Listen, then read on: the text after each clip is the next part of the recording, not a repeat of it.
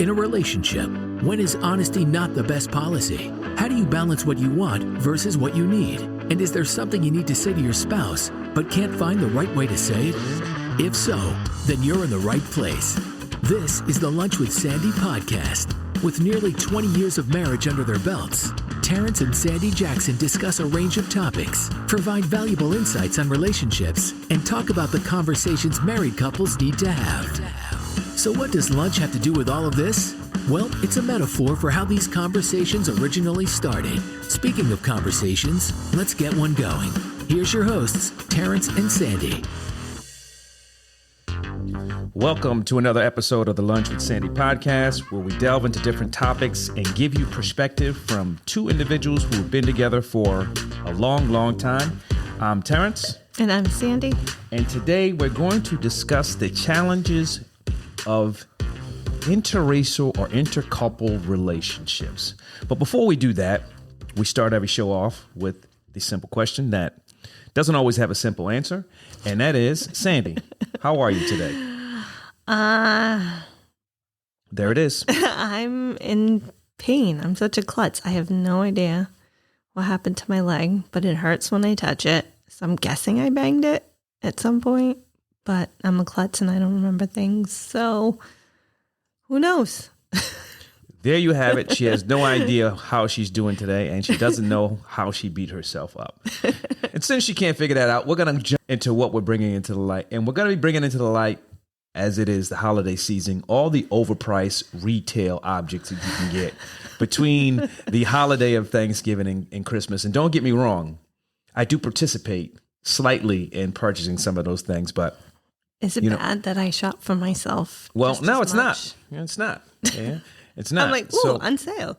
Ooh, yesterday, on sale. Yesterday was Black Friday, and Amazon had their Black Friday deals, and I was looking on there, and I'm like, do people use any of this stuff? I mean, they had a whole bunch of stuff. I mean, I did get one or two things, and that's just because there were one or two things that I said, you know what? Let me try it. It's under $30. We'll see if it's going to work. But so many things that were on sale, and then have Cyber Monday coming up, and I'm going to guess it's going to be a bunch of the same stuff. But pretty much, I like the fact that we gloss over the fact that an item, the price on an item, is more likely than not driven up because of the holidays, but at the same time, given the discount, so you come right down to the mark where you're right where you're supposed to be anyway, so you can actually just purchase it. Yeah. That's the problem with the season. Yeah, well, speaking of seasons, it's all about money and spending on gifts. Well, no. To remember the reason for the season. It's not about money and spending the gifts. Not. People make it about money and spending the gifts. Yes, agreed. So, but if I had to ask you this question, what's your favorite holiday? Christmas. That's the one about spending the money. But it's not because I'm spending the money. Your favorite one is about spending the money? No. If I could do away with the spending of the money, it would even be better. Yeah. Well, holidays are supposed to be about bringing people together. It's not necessarily supposed to be about the actual gifts. And, holidays are one of those times where there's so much joy and there's so much happiness. I thought you were going to say so much joy and so much pain. No, that's Rob Bass and Easy Rock. I believe that was, but the people are too young to remember that stuff. No, but particularly, some of the things that I remember particularly because we come from two different backgrounds is how different those holidays were in the actual beginning. I mean, they were fun, but at the same time, there was a little difference. And those differences made it challenging. So part of that was because you are from a traditional Portuguese family, and I'm not. You're not? No, I'm not. I know I may look it, but I'm not. And there are certain things that I've found over the years that... Why didn't you tell me this sooner? Well, I mean, I figured you figured it out. When you saw and realized that my tan was so much better than yours and you could never compete in that area, neither can anyone in your whole family. But anyway,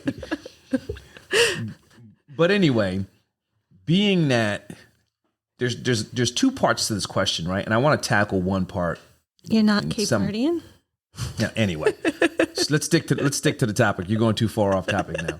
There's two parts to this question, or there's two parts to this situation when you start talking about the differences in culture. There's the difference in culture, and then there's the difference in race. And what I want to focus on is the difference in culture, because sometimes from a cultural perspective, there are expectations that certain things be done a certain way.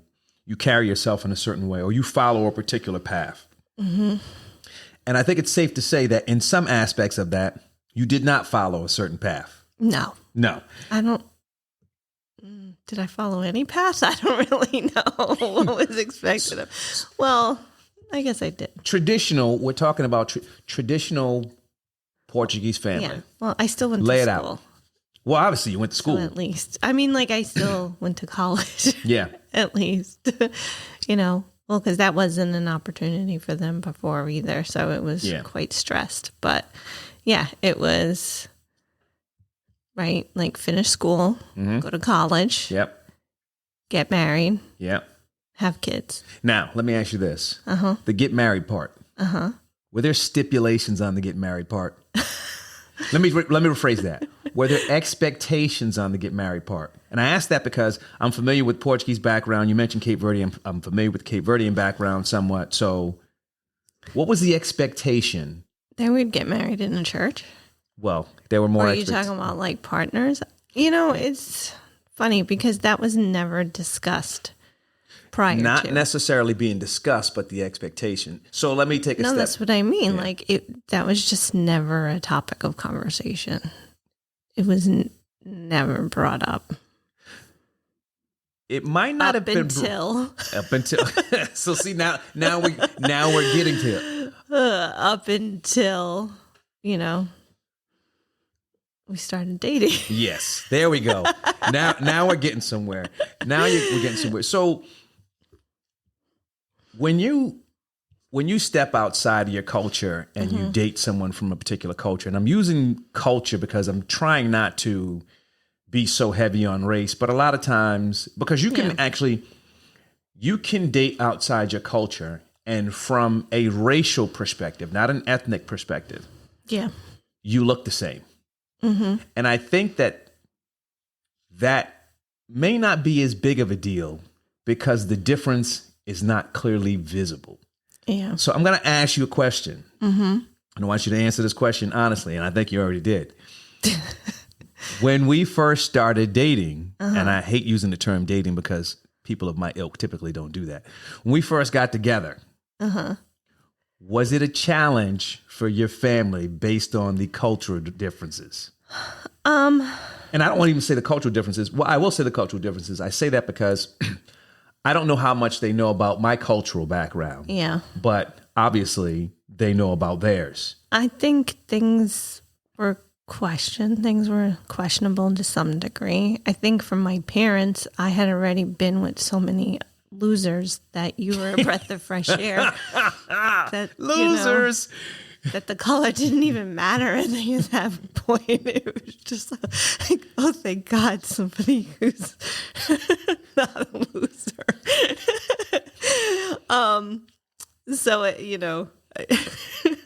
Besides that, I remember one uncle saying to me, why can't you just find a nice Portuguese boy? Well, that's the thing, right? It's part of the expectation, particularly from a specific, when you come from a background where you're not that far removed culturally from your roots. And when I say that, what I mean is your parents were born in Portugal, right? Yep. So that generation, they were all born over there. Yep. And typically, when you talk about expectations for marriage and things of those nature, they stay within their own cultural neighborhood. To be honest, I don't think it ever crossed their mind that I would marry somebody who's black. Do you know what I mean? Like, they grew up in And in case towns. you guys didn't realize this, yes, I am black. I know, really. We just had a conversation about this the other day, that About he me being should've- black? Yeah, that you should have told me sooner. No. Right. That was a couple of minutes ago. No, but where they grew up, you've seen at least where my Yeah. mom grew up. Ain't many brothers over there. No, there aren't. There aren't many brothers. So I don't think that it was like, oh, she better not. I just don't think it crossed their mind. It wasn't. Yeah, there was. It was just like, It oh, wasn't part of the equation. right. So And not that they completely excluded, like, what they you don't never know, you said- don't know. Right. And that's like the they thing. just like, hey, don't ever date Yes. a black man. They never said that. Well, yeah, But no. do you know what I mean? So I don't think it crossed their mind that that would be what, I ended up being attracted to. No, I and get that marrying. because when it's like when all you see is and all you know is one particular thing. Right. When something different comes in the equation, It's like, you didn't account for it. You're not expecting it, and typically, it's not even on your radar because Right. you don't know what that is anyway. This is what you know. Yeah. So Because, like, we never talked about race in my home. We never, had those kind of conversations. and I can you know? understand why. Again, In there, the there's- town that I grew up, Yeah, there's there not- was, at the time, I went to high school with what? See, that's it. You can count them. 3? Yeah, you can count them. I mean, there's not Maybe many out here 4? now, but anyway, we're not going to get into that. We don't, Right. Well, there's definitely more now, thank goodness. But that's besides the point. Yeah, so I don't think it was just like, my neighborhood was white. Everything, we grew up in Portuguese church. We hung out with Portuguese people. So I think it was just automatically assumed, Yeah. she's probably going to marry a Portuguese So you man. said something very interesting a second ago, and I'm going to ask this question, but I'm going to try to stay on topic. Mm-hmm. Do Portuguese people consider themselves white? Now, the skin color, yes. I guess that's a different question. That is a different question. So I would say yes, but this day and age, I think it's very hard because I think sometimes white comes with a very negative connotation. Well, no, 'Cause you think not of necessarily. I don't know. To me, I feel American like can come with a very like American, negative connotation. Yes, you're right. American white is like it can be very come with very Here's the much reason. of a negative So here's the reason why I connotation. asked this, and And then I'm like, no, I am not American white Right. because like don't put me here's the reason why I asked this question. in that box. So I started watching a couple episodes of Drink Champs on TV, and that's not where I'm going. But all these different videos started being recommended, and a bunch of them were about, and I don't know why, but a bunch of them were about black people in Korea and black people in China. And they did this interview, and it was 4 black people. And when I say 4 black people, 2 were Americans, 2 were from Africa. Okay. And what the girl stated on there was, it's hard for people, particularly when they don't know your background, to not group you in. So when you say black, they're taking everyone from and the ironic thing is, and this is what she said, from the skin color perspective, none of us are black. We're more brown, caramel, things like that. But Right. they group you all into that one category. And within that category, there is so much diversity there that I asked that question because when people are very proud of their heritage and their culture and they get grouped into a particular, or they're labeled all together, sometimes, no, I'm not that. But from the perspective of color, I would say, well, when you talk about white, when I say, well, my wife is Portuguese, I never say you're white. I mean, your skin color is it's not the same as mine, but so Right. that's why I asked that question. I And I don't want to feel go like too it's- far. Go ahead. I feel like it's a good question because I don't know. I don't feel like the whole skin colors. I feel like it's more, but the same kind of an issue. It's just like different. Here, I feel like it's so focused on, right? Like we're in Portugal, can clearly see Yeah. the skin color, and I'm not saying that they're not racist and stuff like There's that. no need to mention the color. Right. It's not like, oh, well, you're black, Well, I'm white. part of Like, that is you know because what I of the mean? Like, history of we- this country. Yeah. And I think No, part of it definitely. is,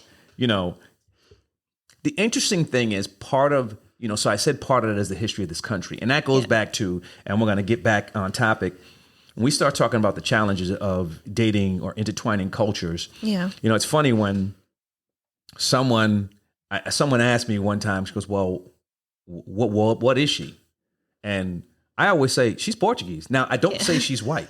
And Right. and although your skin color falls within that category, Right. the reason why I don't say it is because of, from my perspective and my thinking and history, when I hear white, Yeah.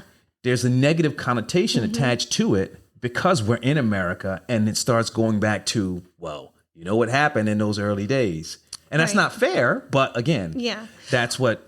Well, and that's why I think whenever I hear anybody like Portuguese being like just nonsense, it has more to do with ethnicity than it has to do with white versus black. Yeah.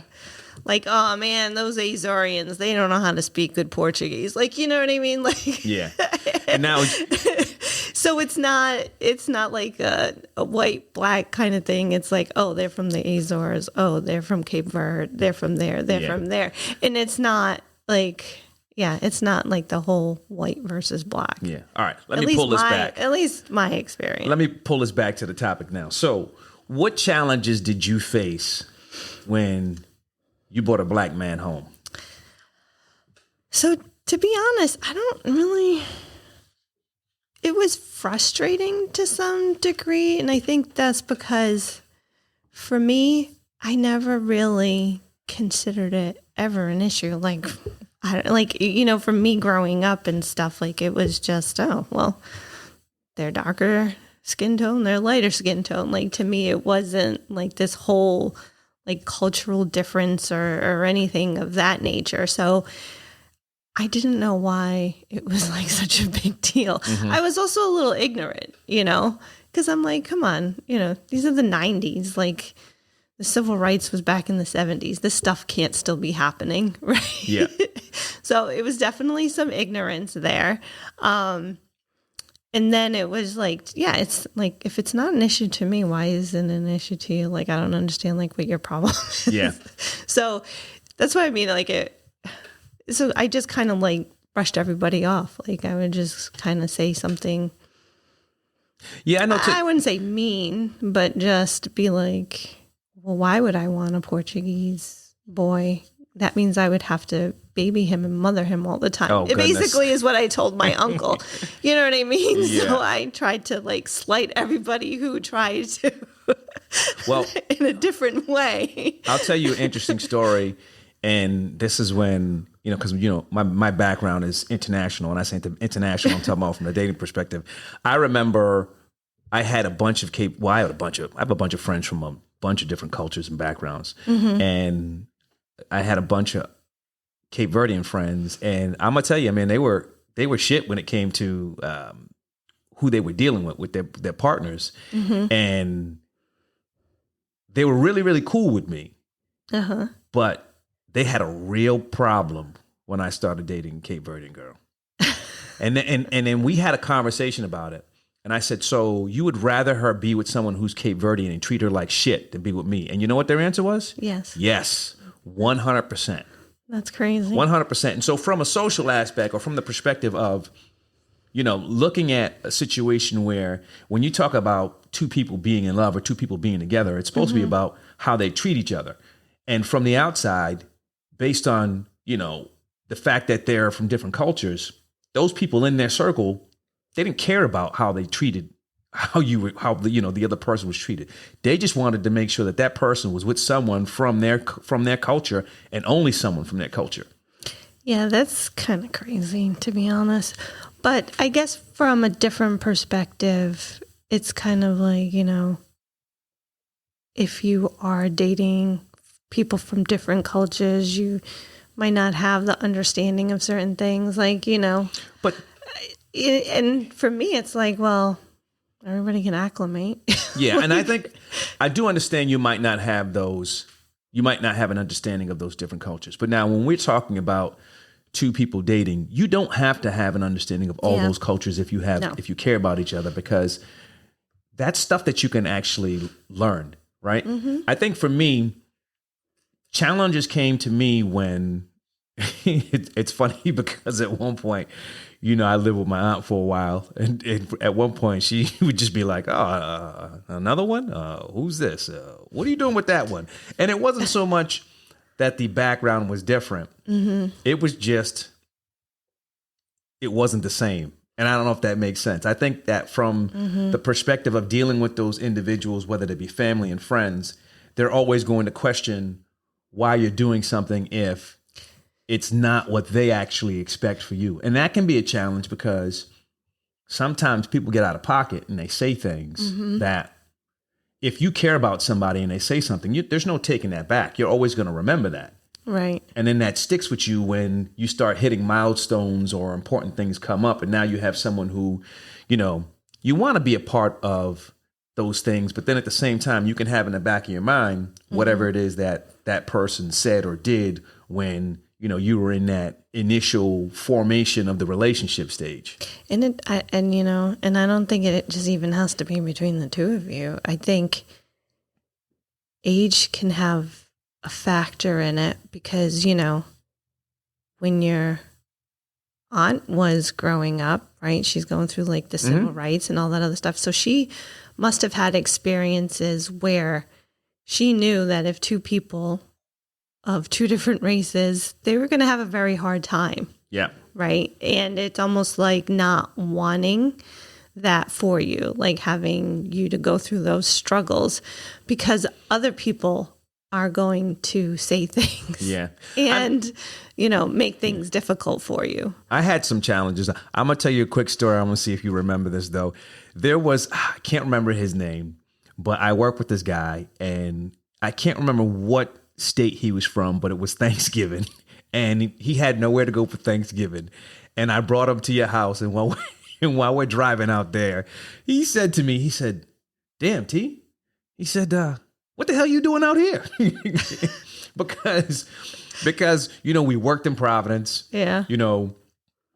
We were used to being around that environment, and then we're coming all the way out here to Cumberland. And then when he walked in the door, it was nothing but non-English speaking people. Well, I mean that was the other part about it. And but see that was one of my challenges early on was, all those events. Most of the people weren't speaking English. And it's not that they couldn't speak English. Some of them, well, let me rephrase that. I know there was a comfort level that didn't exist in the beginning. But when you're new to a situation and everyone is speaking a different language, you can't help, your mind starts to think, okay, well, what are they saying? Yeah. And you can't help to think, oh, this happened because of A, B, and C. You know what I mean? It's because I'm different. And then now you start separating. It's hard to separate from that perspective if this is a cultural thing or a racial thing. Yeah. And the reason why I say that is because not having an understanding of the culture, visibly, you can actually see the difference. Yeah.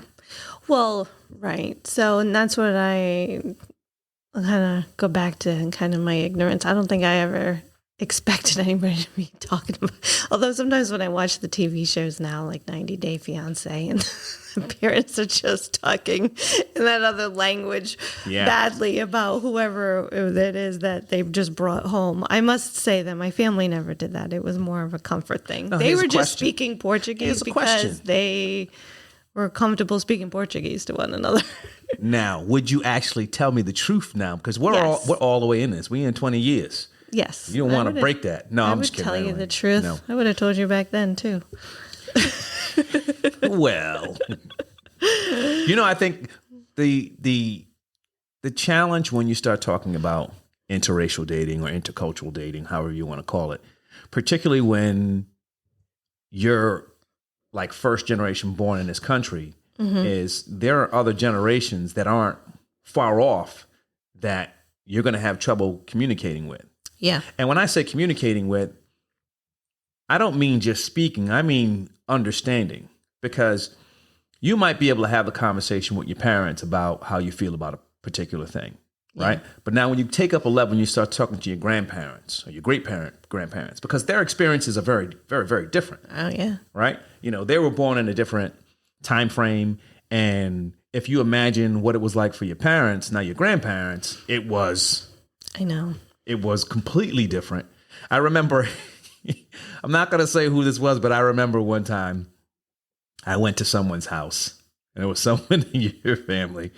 And I had been there a ton of times before. And I rang the doorbell and someone came to the door and they looked at me and they closed the door and they went inside and said, there's a black man at the door. And that person came out and said, this is Terrence. You know who this is. You might not remember that story, but I have an inkling. I don't remember this story, but I think I have an inkling of who it was. Yeah. But yeah, not to get sidetracked, but it's funny because I never had a conversation about it with my grandmother. That was one. She never even spoke to me either. Neither grandmother, actually. But I do regret not having more conversations with my grandparents, and maybe not necessarily about race, but to your point, they grew up in different times. Like they experienced World War I and World War II, so it would have been interesting to get their perspective on things. But yeah. I remember the first time I went to visit. I think my family was scared of saying anything to me, to be honest. I mean, I can tell that when we had certain events, there was, I'm trying to phrase it the right way. There wasn't much initiation of any conversations. And it was, I don't want to say standoffish, but there wasn't a lot of coming up and having conversations or anything like that. And I'm going to tell you when all of that turned. If you remember, because you used to go down and visit your family in Pennsylvania, and the first couple of times I didn't go. I remember the first time that I went down there. And this is where everything started to turn. While I was down there, obviously the girls were young. They saw my interaction with the girls and how the girls were all over me and all this other stuff, and then how I was with the kids. And that's when I think things started to actually turn. And I would say that the conversations were starting to actually happen. Because, first off, it had to start with the younger generation, right? And then once you get involved with the younger generation. And they were never an issue. They were all No, but at the same time. Accepting. At the same time, again, No, I know. I'm just making that distinction of like the levels. No, like I'm talking about family. interaction. When I talk about that, I'm talking about the interaction with the younger family. Because remember, they're down in Pennsylvania, they're in Connecticut, and we're up here. And so the older generation didn't see that interaction. Right. Until we started taking those trips. And then we started taking those trips and we were all doing the same crazy stuff. We were doing all the same funny stuff and we were talking the same and we were laughing, we were joking, and they started to see that and like, ah, damn it, these kids. You know what I mean? And I think that's when it started to actually change. Yeah, they got to see that you were a good person. Yes. Yes. It's really what it came down to.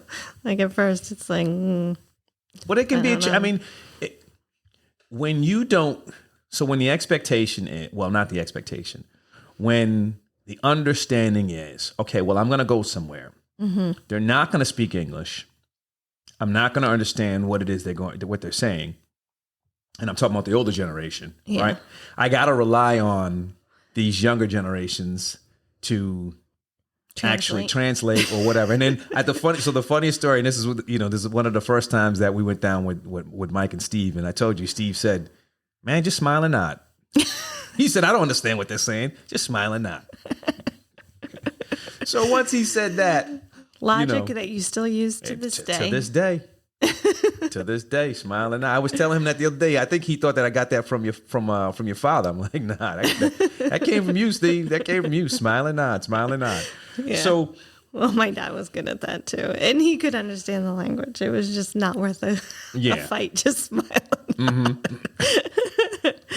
So, what advice would you give to someone who is in the situation that we were in, or approaching the situation we were in? Because it can be a challenge when you have to break through that barrier, particularly from the perspective of that the parents, the grandparents and the great grandparents, or even in some cases, it's going to be individuals who are actually at that level, at the age of the two involved, because again, they were brought up a certain way. The expectation is a certain way for them.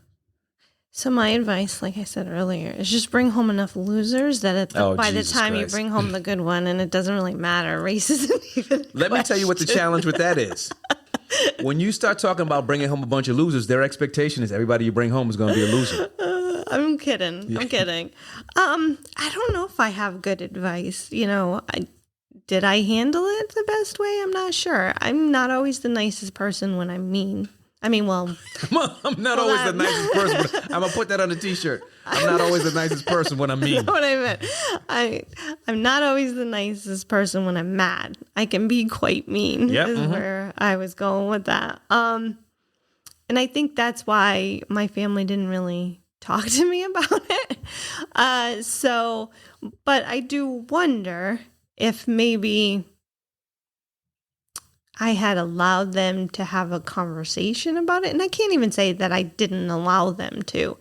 I always just like make sure you don't come out the side of your mouth. You know what I mean? Yeah, I think it's one of those things where. But maybe they would have been accepting sooner had we had those conversations. Yeah, because it wasn't acceptance right away. Well, I'm not going to harp on that. But I think one of the things that's important is if your expectation is acceptance from your family, then you have to have a relationship with your family where you can have conversations. Right. And don't be afraid to have those conversations. And I think at the same time, too, on the other side, you have to be understanding that there may be a reason initially for them to have certain trepidations or certain stereotypes in their mind based off experience or based off non-experience, based off ignorance or based off something that they may see on TV. And then once you have that understanding, then it's not a situation where it's just, all right, well, you know what? It's never going to be, screw them, we're going to cut it off. But when you have two sides that are willing to learn, and then that would put you in a position where that acceptance may come. But I think it starts with being able to have that conversation Agreed. With whoever it is in your family and let them know how you feel and how that person makes you feel. Right. And so that I guess would be my advice, right? Because we didn't have those conversations. That never really happened. So maybe it would have been a little easier for you. And it's not so much me, because I didn't really care what they thought of me or didn't think of me. Like, you know what I mean? Like, yeah, I mean, but in retrospect, it's what they thought of you, I think, is in making it easier for you. I spent a lot of time in that back room, watching that little and I feel 20-inch TV. That's where it could have been better. Like, again, it didn't really matter from me because I was already a part of the family. Like, it's not like they were mad at me. It's not like they were trying to disown me or anything like that. But to make it easier for you and your acceptance of the family and getting assimilated, because, shortly thereafter, everybody loved you, Yeah. Like everybody people love me. love you, so, but in those initial years, I think it would have been easier. Yeah. I think once you get to a point where,